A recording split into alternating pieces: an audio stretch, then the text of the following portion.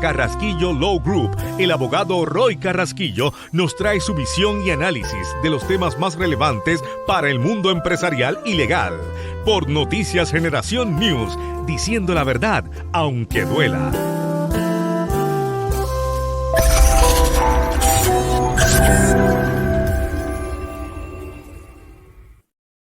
Roy Carrasquillo, saludos, ¿cómo estás? Vamos a ver, por favor, no lo escucho por un momentito, no sé si es... vamos a ver, Roy, haciendo prueba. No, ok, mira, Mauricio, tiene que ser en el micrófono de él, que escojan el micrófono de los audífonos, si está usando audífonos para poder escucharlo en el setting, porque ahí está. Vamos a ver ahora, Roy. ¿Me escuchas? Ahora sí. Perfecto. ¿Cómo estás? Muy buenos días. Perfecto. Disculpa. No, tranquilo, Roy. Primero te doy las gracias, ¿verdad? Porque estuvimos recientemente en la actividad de la Cámara de Comercio Hispana de Metro Orlando. Qué bueno uno ver, ¿verdad? A empresarios, comerciantes allí juntos. Estuvimos hablando con Marcela Restrepo también, que hace una labor encomiable y grandísima. Debemos de invitar a Marcela Restrepo un día a tu segmento. Oye, yo creo que sería tremenda idea, porque yo creo que está haciendo un muy buen trabajo por la comunidad hispana, y de verdad que creo que sería excelente si la podemos traer. Y yo creo que vamos a coordinarlo para la próxima semana, definitivamente traerla.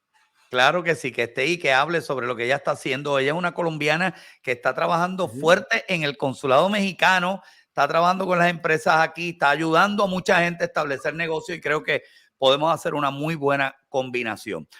Roy, antes de entrar con el tema de si este caso de Donald Trump afecta a la imagen de Estados Unidos a la hora de la gente venir aquí a hacer negocios y hacer las visas, quiero hacerte unas preguntas que dejé en el tintero. Yo había preguntado, aquí hay 34 cargos, que yo digo, no, saquen Stormy Daniel a un lado, porque en este momento no tiene que ver con Stormy Daniel.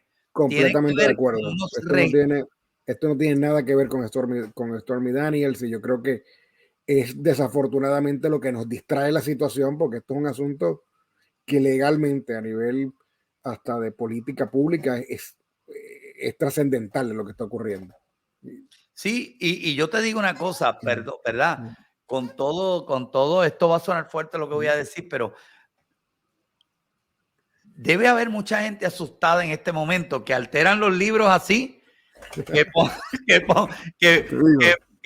mira, que de momento compraron una casita, cárgaselo al negocio o pónselo, o sea, esto es algo que se hacía por mucho tiempo, pero ahora, como es este caso tan importante, le han logrado probar. ¿Qué tiene que probar aquí? Primero, explícanos lo que tiene que ver con la falsificación del registro.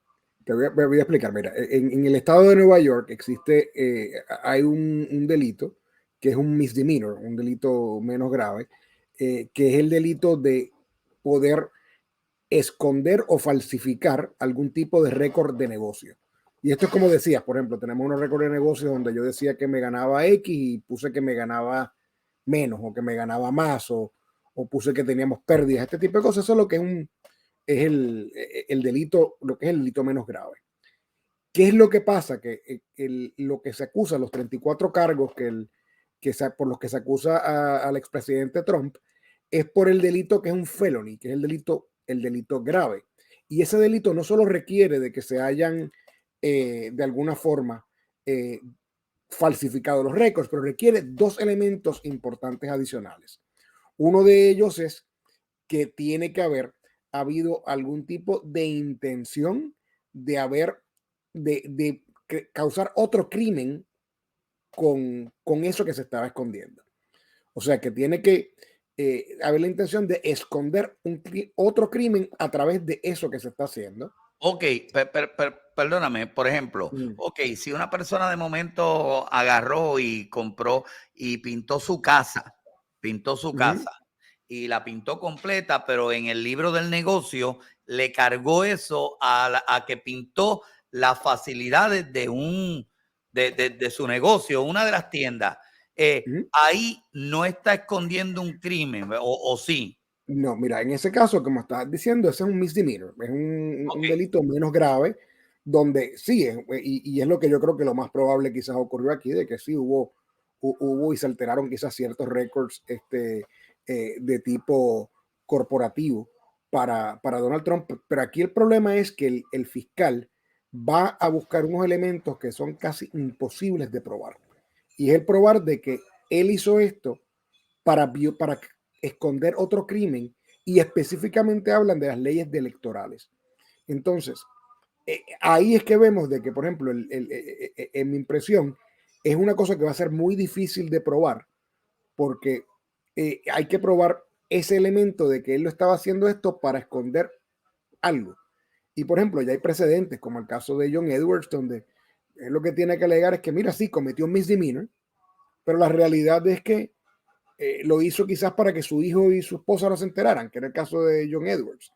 Y crea un problema que yo creo que es por lo que hay tanta molestia. Yo creo que ahora mismo que estamos viendo en el mercado, en el pueblo y particularmente en el ala conservadora, que es el hecho de que existe en este momento un crimen o una situación que es más allá de lo que normalmente sería. Yo creo que uno de los quotes que escuchamos hace poco fue interesante, porque es que nadie está por encima de la ley, pero tampoco debe estar por debajo. Y yo creo que esto es uno de esos ejemplos en el cual lo que estamos aparentemente viendo es como una expansión de realmente de lo que permite la ley en este momento. Bueno, aquí hay un punto, Ujú, porque el abogado Michael Cohen ujú, dice que sí, que él recibió ese dinero por alrededor de 11 meses o 12 meses ujú. para compensar un dinero que Michael Cohen había pagado para que no se interfiriera con la campaña electoral de Trump, y estaban con dinero de otra corporación tapando otra cosa que Correcto. ocurrió en otro lado. Ahora, Ujú. ¿cómo Michael Cohen llevaba años trabajando con Trump? ¿Cómo pueden probar que efectivamente ese dinero extra que le estaban pagando era para Stormy Daniels y no de los cargos por servicio que generalmente cobraba Michael Cohen? Mira, ahí es que yo creo que lo más probablemente vamos a ver es que debe haber algún tipo de correo, debe haber algún tipo de documento o trasiego donde se alega, oye, este pago es para X o Y. Claro, nuevamente, ir a que eso, y otra vez, es un misdemeanor, y yo creo que es un mal uso de fondos corporativos en este caso, pero ir a decir de que entonces eso realmente es una violación de las leyes electorales, estamos hablando de que no hubo fondos, eran fondos personales, y al final del día hay un argumento de él dijo y él dijo y el otro dijo. ¿Sabes? Tenemos una persona que es joven que se perjuró frente al Senado, frente al Congreso, y que no tiene una credibilidad fuerte. Por lo tanto, entiendo de que aquí el punto es si se comete, yo entiendo, un tipo de, vamos a llamarlo misdemeanor o crimen. Yo creo que hubo algo mal, pero ir a llevar, es el llevarlo a ese otro extremo. Es como cuando y yo creo que, mira, el ejemplo que estabas dando de pintar la casa.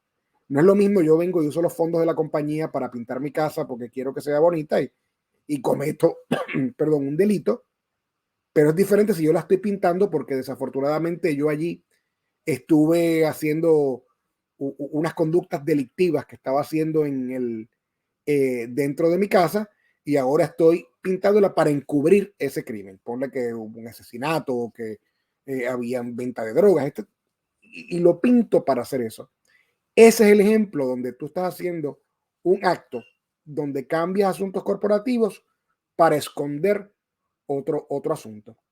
Y como te digo, va a ser difícil, y yo creo que tú también mencionaste, son 34 cargos exactamente iguales al final del día, donde hay que verdaderamente poder ver qué es lo que se pueda probar de aquí. Son diferentes elementos al final del día del mismo tipo de cosas. Una pregunta, Ujú, abogado Roy ujú, Carrasquillo. En este caso, yo veo, ¿verdad?, que los ujú, 40 ujú. casos, los 34 casos, perdón, los 34 casos, todos dicen el mismo texto, lo único que cambia es la fecha y el número de voucher o el número de cheque, pero es el mismo texto con lo que esto no lo podían acomodar en un solo cargo, por tanto, o qué estrategia hacen con separarlos en cargos distintos. Mira, desde el punto de vista legal, pues está tratando de separar los cargos para ver si alguno de ellos puede ser que de los 34, pues puede ser que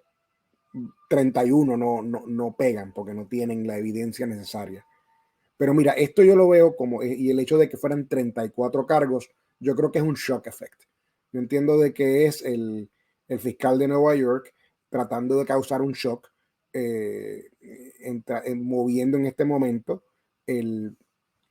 este caso, tratándolo de sacarlo de proporción. ¿Qué otra cosa? Recuerda que Donald Trump tiene otros casos que están pendientes ahora mismo. Tiene casos en Atlanta, tiene casos en otro área que pueden ser afectados desafortunadamente negativamente por este caso, que realmente es el caso más débil de todos los casos que ahora mismo vemos contra Trump.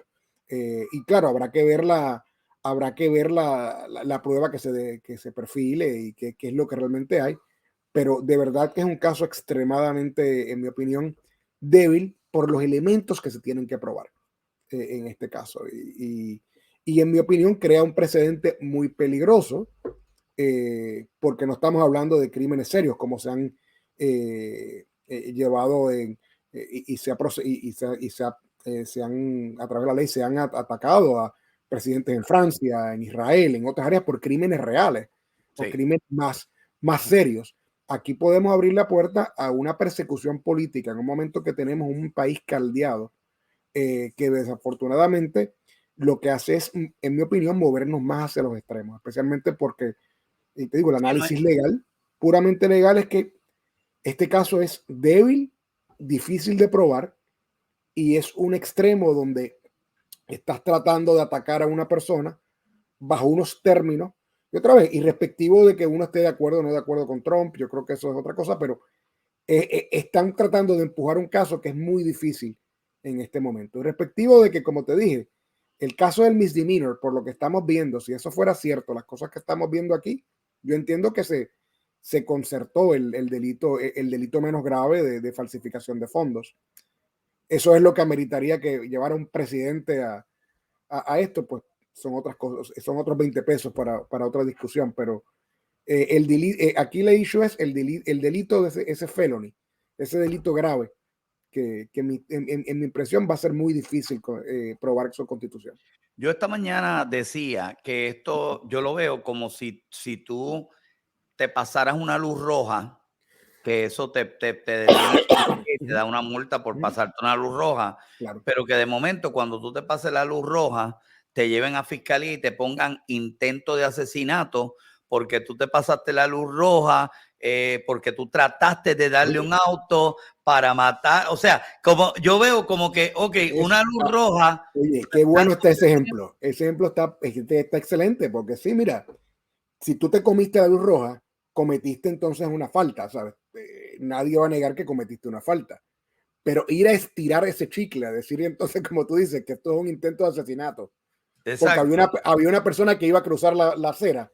Ahí es que entonces empezamos a ver la costura quizás política de lo que está detrás de esto. Y es lo que entristece, porque otra vez estamos en un país muy dividido, donde estamos con ánimos muy caldeados, y esto realmente al final del día, contrario quizás a lo que puede pensar el Partido Demócrata o el ala liberal, en mi impresión lo que va a hacer es echarle aire debajo de las alas a Trump. Trump va a poder manejar esta situación para poder beneficiarse. Entonces, nadie gana en esto, ¿no? Ni las personas que están a favor de Trump ni los que están en contra, porque al final del día, pues ese es el caso. Pero otro ejemplo selectivo es como que de repente estamos por la calle, tú y yo, y yo voy y cruzo en jaywalking, cruzo sin la luz. Entonces, el de la bicicleta dice, oye, tú pasaste por aquí, me pusiste en peligro porque fuiste negligente, yo me pude haber caído de la bicicleta y me pudo haber matado. Otra vez, ¿de que pudo haber sido cierto? Sí, podría ser cierto, podría caernos un asteroide mañana, pero estamos estirando esto. Yo lo que espero es, al final del día, por lo menos, que la evidencia, pues, oye, sea tan contundente que nos pruebe en contrario, pero si no, Esto es un momento triste, yo creo que en la historia legal y política de los Estados Unidos. Sí, ahí de momento que como pone mucha gente a pensar de si esto podría estar pasando. Roy, ahora tú como abogado Ujú. de visas, EB-5, la otra es la E2, ¿verdad? La visa E2, que es como hablamos, la visa EB5 es la visa para una residencia permanente acá en los Estados Unidos, donde te puedes localizar mediante inversión. Y el segundo es una visa de inversión, pero para no inmigrantes, que lo que te da es una visa que aunque se puede renovar mientras tu negocio está vivo, pero no eres una residencia permanente. Pero estas Ok. visas son muy atractivas a través de todo el mundo para inversionistas venir acá, invertir su dinero y crear negocios para el beneficio de los Estados Unidos. Imagínate tú como abogado que tienes que Ujú, hablar con alguien que está bueno, no en China, pero en Europa, o ujú, alguien que está en algún otro país, en México, en República Dominicana, en Puerto Rico, en cualquier otro que quiere invertir en Estados Unidos ujú. o Puerto Rico, el territorio o el mainland. Quiere intervenir. Entonces, de momento, esa persona te dice, pero tú le estás convenciendo de cómo te ayuda, cómo puedes invertir, cómo contienes visa para tu familia, pero de momento te dice, pero ¿y ahora que están acusando a Donald Trump? Y de momento te dice, pero ¿y ahora que DeSantis se fue contra Disney y después que se fue contra Disney se dio cuenta que cometió un error y que tiene la carga económica, pero la Junta no tiene ningún poder sobre Disney? Pero, ¿y Bueno, si me hace lo mismo? eso es una conversación para otro segmento completo, porque eso de Esa hay que verdad, darla porque eh, eh, ahora vi que metieron DeSantis no ha dicho nada, pero metió la pata en eso de Disney. eso fue un disparate. Lo que hizo fue ponerle otra vez y otra vez. Pues, yo entiendo la pelea política que ellos tenían, Sí. pero la realidad es que desde el punto de vista económico, tú no tenías responsabilidad como Estado ni como condado en mantener eso. La responsabilidad completamente de Disney. Al eliminar esto, ¿qué es lo que pasa? Ahora el Estado y los ciudadanos son responsables por esto, o sea que te van a aumentar los impuestos. Vas a obtener menos servicios y políticamente no logró nada, porque lo que va a hacer entonces es, Al como contrario, boomerang, lo va a afectar en cuando una suba movida. los impuestos para poder pagar lo que decidiste ponerte tú, ese es como el chiste ese del hombre que llama a la mujer, lo vi en YouTube, Mm, y mm, el marido le reclama y él le dice, ve, ese es el mm, hombre que nos paga el carro, la casa. Entonces, pues déjalo, perfecto. O sea, yo lo que veo en este caso, estoy viendo esto, pero imagínate tus clientes que están buscando la EB5, la E2, y mira, dicen, pero ¿cómo yo me puedo meter allí si mira lo que está haciendo el mira gobierno? Mira mira. cómo el gobierno está poniendo sanciones contra otros países, mira cómo están ahora tumbándole el negocio a Disney, mira cómo yo me voy a meter en Estados Unidos con esta inseguridad comercial que hay, el dólar saliéndose de muchos Ujú. sitios. ¿Qué tú le contestas a esa gente? Mira, en forma general, yo lo que te diría que estamos pasando por unas crisis que normalmente los Estados Unidos no estamos acostumbrados a pasar. Estamos hablando, esto lo hemos visto en Francia, lo hemos visto en República Dominicana, con diferentes casos, pero aquí siempre hemos podido mantener una estabilidad y unas áreas que realmente esto no lo veíamos. ¿Qué pasa? Y vamos a la polarización que está ocurriendo. Empezamos a ver y analizar que empiezan esta polarización a crear estas pugnas que lo que hacen es afectar, y ahí va yendo a tu pregunta, afectar la credibilidad del inversionista extranjero y local en, en la inversión para crear negocios y promover la economía. Entonces, aunque todavía, y es la ventaja que afortunadamente tenemos en los Estados Unidos, nuestra economía todavía de una forma comparativa es más sólida y fuerte que la mayor parte de estos países, como Latinoamérica y otras áreas, que todavía hay unos beneficios de seguridad eh, comparativamente a otros países que todavía los Estados Unidos competitivamente como punto de inversión es extremadamente atractivo. Pero la realidad es que estas situaciones, esta pelea chiquita, lo que termina haciendo es afectando al pueblo de que inversionistas, sean foráneos o sean locales, inviertan, creen más empleos y muevan ese motor económico. O sea que en general lo que te diría es, aunque gracias a Dios no lo he visto como algo que todavía que cause un pare completo en lo que se está trabajando, entiendo de que sí, lo vemos afectando en eso que mencionas, en las preguntas, en, oye, ¿cómo esto me va a afectar? En el caso de la Florida, oye, esto va a afectar la economía de Orlando, esto del presidente, eso significa ahora que van a cuestionar X o Y. Y acuérdate que cuando vemos estas cosas, y la ven muchas veces del cristal en que se evalúa esto de Latinoamérica, pues vives en otra realidad política que quizás no vivimos acá en los Estados Unidos, donde estos escándalos y estas cosas son un poco más comunes. Pero lo que los impacta, y te puedo decir de hablar con diferentes grupos inversionistas, es que eso no lo esperábamos acá en los Estados Unidos. Ok, fíjate una cosa, basado en eso, ¿verdad? Digo, no le quiero tirar fango a ningún país, porque en este momento, este segmento no es para eso, ¿verdad? Claro. Y yo sé, ¿verdad? Que tú es básicamente tu línea también, o sea, tú incluso tienes gente que hace inversiones en diferentes partes del mundo, pero dentro de todo, por ejemplo, si yo lo voy a poner con el estatus de Puerto Rico. Si a mí me dieran escoger, ¿de qué quieres ser estado? ¿De Estados Unidos o de China? Posiblemente si China tuviera una constitución y una fórmula de gobierno como Estados Unidos, diría China.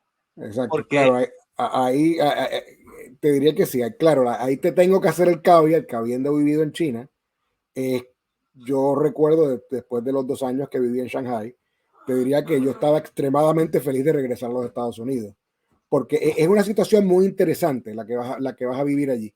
Es una situación donde estás viviendo en China, pero no tienes de ninguna manera la noción de lo que está pasando.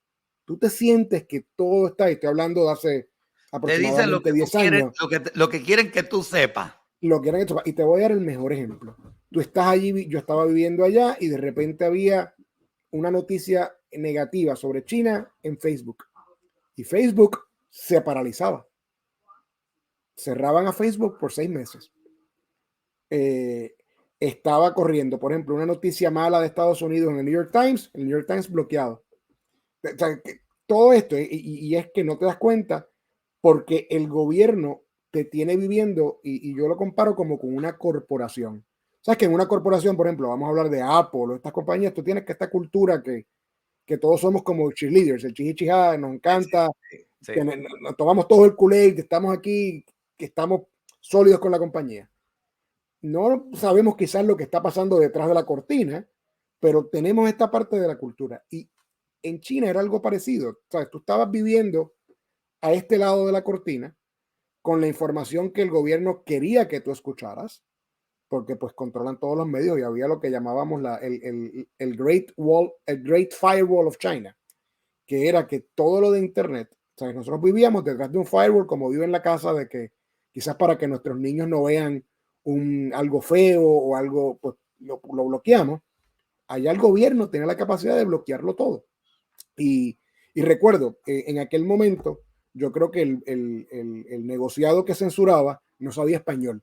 Y entonces yo la forma que hacía era escuchándote a ti, a todo el mundo, noticias en Puerto Rico, noticias en sitios que ellos no identificaban. Y así era que te enterabas de lo que estaba realmente ocurriendo en el mundo. Era leyendo noticias de Latinoamérica mayormente. Porque pues el equipo de seguro no hablaba español. No hablaba español y no entendía, pero fíjate una cosa, como yo digo, porque pienso, dentro de todo, Estados Unidos, aún con la economía como está, el dólar fallando y todo, posiblemente lo que tú me estás diciendo es que la gente que invierte aquí es porque le da un tipo de seguridad que no la tienen en otros lugares, que dicen, bueno, prefiero mejor montar un negocio allí, porque allí un día malo es mejor que el que yo estoy pasando donde estoy.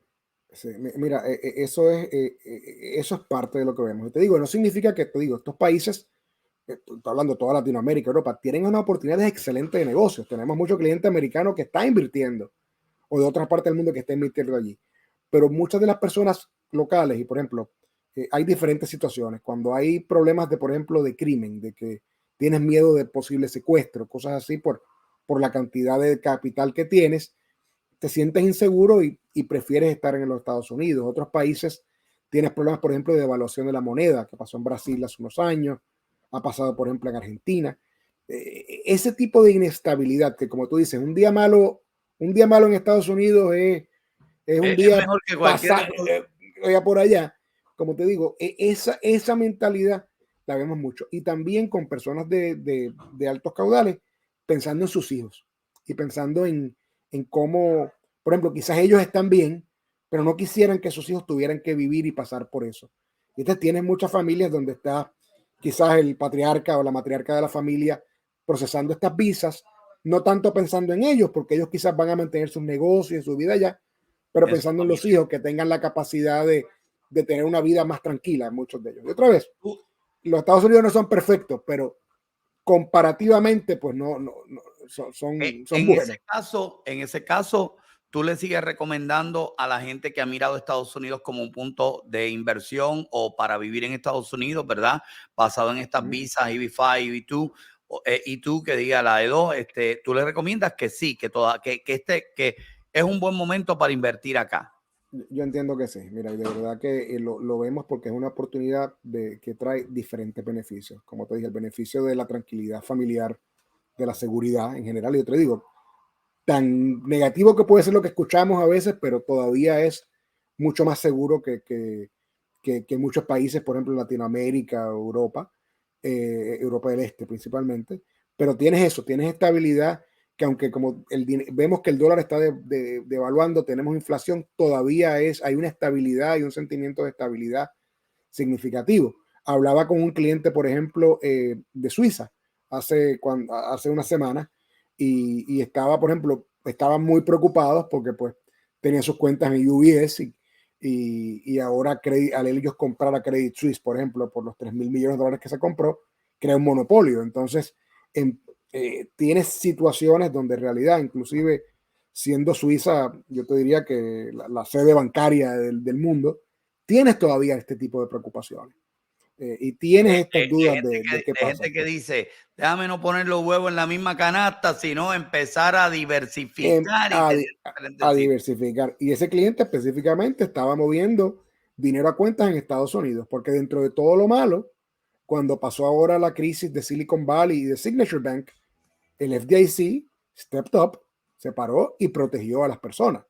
Y paró entonces la crisis que se pudiera convertir en algo mucho peor. O sea que dentro de todo, y eso por ejemplo no lo vemos en países como pasó en Argentina, donde tienes este escape de dinero que básicamente puede destruirte la economía, no lo vemos en Estados Unidos. Y esa tranquilidad, estemos a favor o en contra por ejemplo, de cómo lo manejó el FDIC ahora, del punto de vista de inversión, nos da una tranquilidad de que esto es un sistema estable, de que el gobierno está dispuesto a protegerlo y al final del día, como te digo, los depositantes no perdieron dinero en la crisis bancaria. Fue una crisis bancaria significativa, con dos bancos muy grandes fallando y yendo para control gubernamental y no se perdieron los fondos. O sea que ese tipo de cosas, te digo, hay una de cal, una de arena, pero este tipo de cosas es lo que le da todavía la tranquilidad de que